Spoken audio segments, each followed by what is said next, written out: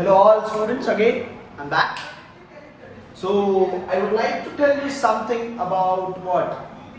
The paper pattern of algebra. So let's start. So my name is Akshay Vasala from ASC Tutors. I would like to address some paper pattern which you have to go through it. See students, algebra का paper बहुत simple आएगा. मैं बोल रहा हूँ, अभी भी बोल रहा हूँ, बहुत इजी आएगा पेपर. तो चलो भाई MCQ आता है 4 मार्क का MCQ आता है. सॉल्व द फॉलोइंग 4 मार्क्स का आता है. देखो ये स्टूडेंट ये पूरे के पूरे 29 मार्क्स है. ये 29 मार्क्स है ना, पूरे के पूरे टेक्स्ट बुक के अंदर से ही आता है. टेक्स्ट बुक के अलावा और किधर से नहीं आता है क्वेश्चंस, किधर से भी नहीं आता है. तो please focus on only your text books as much as possible. Got it? So that is what very important for you. You should focus on your text books as much as possible. Text book के जितने भी question तुम्हारे 29 marks के questions तो पक्का हो जाएंगे. Complete the activity 4 marks के लिए आता है. Solve the following any 4 8 marks लेके जाते हैं. Again complete the activity any 1 3 marks 6 marks. Sir total हो गए कितने? यहीं पर हो गए 29 मार्क्स. और ये 29 मार्क्स का पेपर सबसे इजीएस्ट पेपर होता है, सबसे इजीएस्ट स्टूडेंट. तुम लोग ने अगर एक चैप्टर छोड़ भी दिया ना, तुम लोग को मार्क्स इधर मिल जाएंगे, सबसे बेस्ट मार्क्स मिल जाएंगे. Got it? और तुम लोग ये सब क्वेश्चंस तुम्हें प्रैक्टिस करने पड़ेंगे.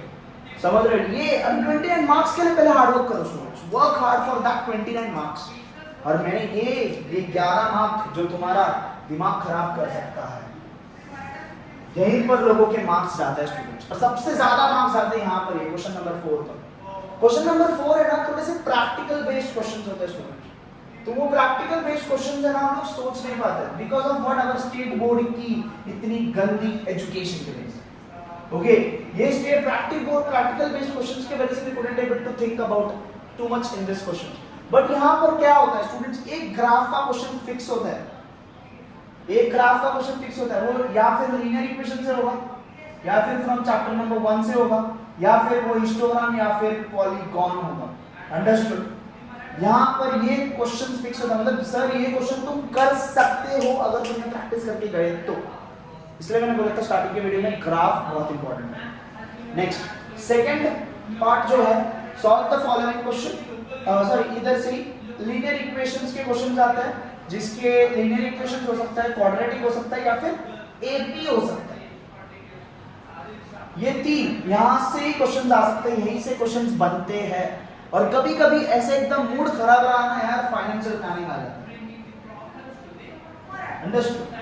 मतलब सर इधर 3 क्वेश्चन में से हम लोग को 2 अटेम्प्ट करने हैं, बट वो 2 बहुत सिंपल हो सकता है. अगर एक ही क्वेश्चन होता है जो टफ होता है स्टूडेंट्स, वो भी एक टफ नहीं होता, 2-3 क्वेश्चन में से 2 थोड़े से टफ होता है और एक बहुत इजी होता है. तो एक कर लिया, दूसरे के लिए थोड़ा सा सोचना है. That's it. मार्क्स मिल गए यार, मार्क्स मिल गए. क्या हार्ड है इसमें बताओ? So that's it. And the solve the following, जहां पर तुम लोग को 3 मार्क्स, और यहां पर स्टूडेंट्स 3 क्वेश्चन में से एक क्वेश्चन अटेम्प्ट करना. नहीं कर पाओगे, हार्ड नहीं होगा यार. और यहाँ पर ना इजी क्वेश्चन आता है और ये तुम्हारे मार्क्स बूस्ट कर सकते हैं. सी, अगर कोई इंसान 4 मार्क्स के लिए आंसर हार जाता है ना, तो मतलब उसके पास 4 मार्क्स कट रहा है, मतलब 36 मार्क्स अभी भी मिल रहे हैं. और उसने और जान लगा दी तो शायद वो 40/40 निकाल सकता है. तो प्लीज समझो, पढ़ना स्टार्ट करो. 2 घंटा सो के हो जाएगा, 5 बजे से पढ़ना स्टार्ट करना पड़ेगा. उससे पहले you have to do it and you will do it. I know this. So I would like again to wish you all a very all the best for your upcoming paper algebra, and we will work hard for you all and we will make it a best paper ever. All the best. Please like us, share and subscribe us. All the best. Bye.